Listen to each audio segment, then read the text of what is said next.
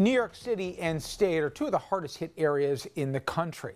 Nearly 3,000 people statewide have tested positive, with more than half of them in the city. And those numbers, they're rising rapidly as more and more people get tested. Now, a member of the city council has tested positive himself, Ritchie Torres. He represents the Bronx, and he's also running for Congress to replace Jose Serrano, who is not seeking re-election due to medical reasons. Councilman, I'd ask how you're doing, but I know it's not great. So walk us through this. This weekend, I guess you learned that one of your senior staff members had tested positive, and then you were forced to self-quarantine. Is that right?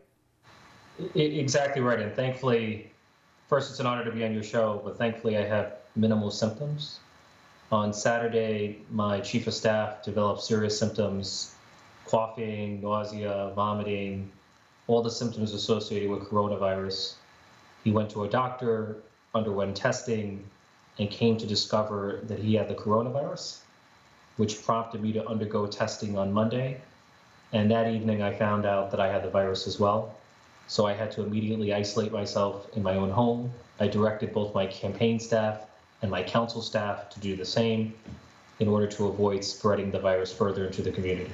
Was it tough to get a test? Because I've heard various accounts, differing accounts from different people. Some say you can't get it unless you're symptomatic, even if you know you've been in direct contact with someone who's tested positive.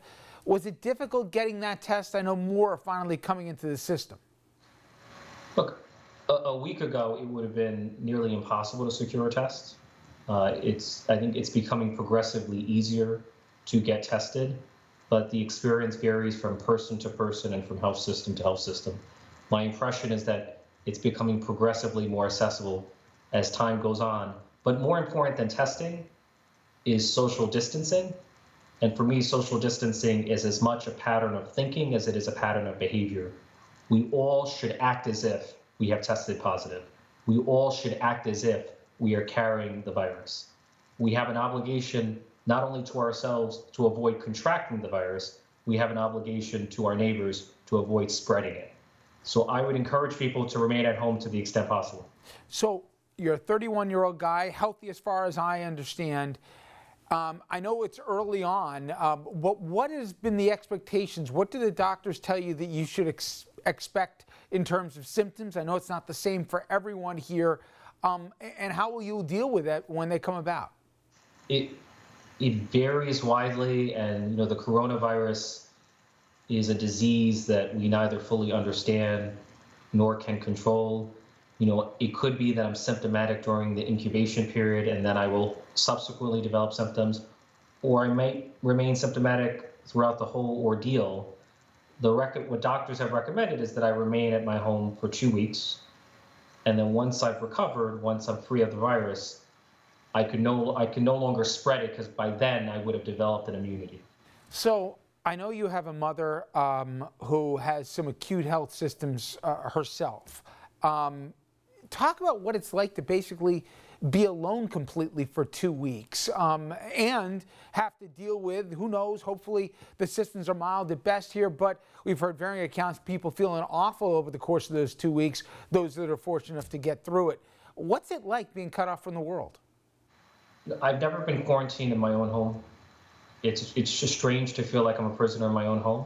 I was on the phone with a friend of mine begging for him to bring me Tylenol because I have an excruciating headache.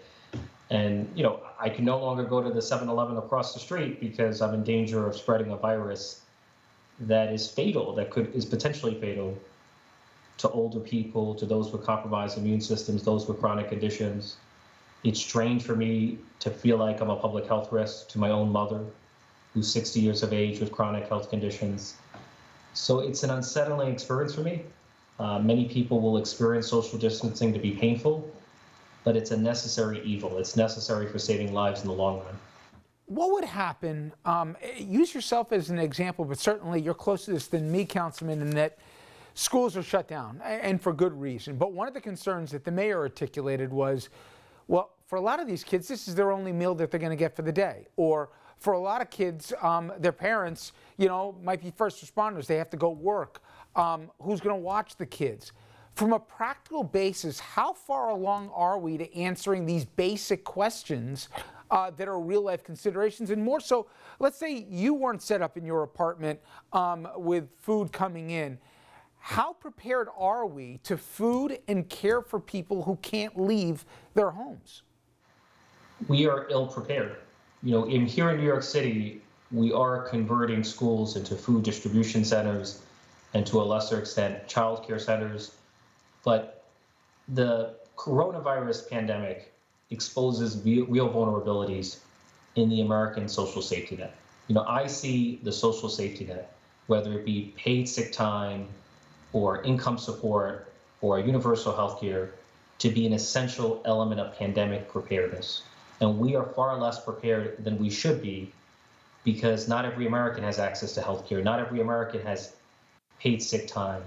Not every American can afford childcare.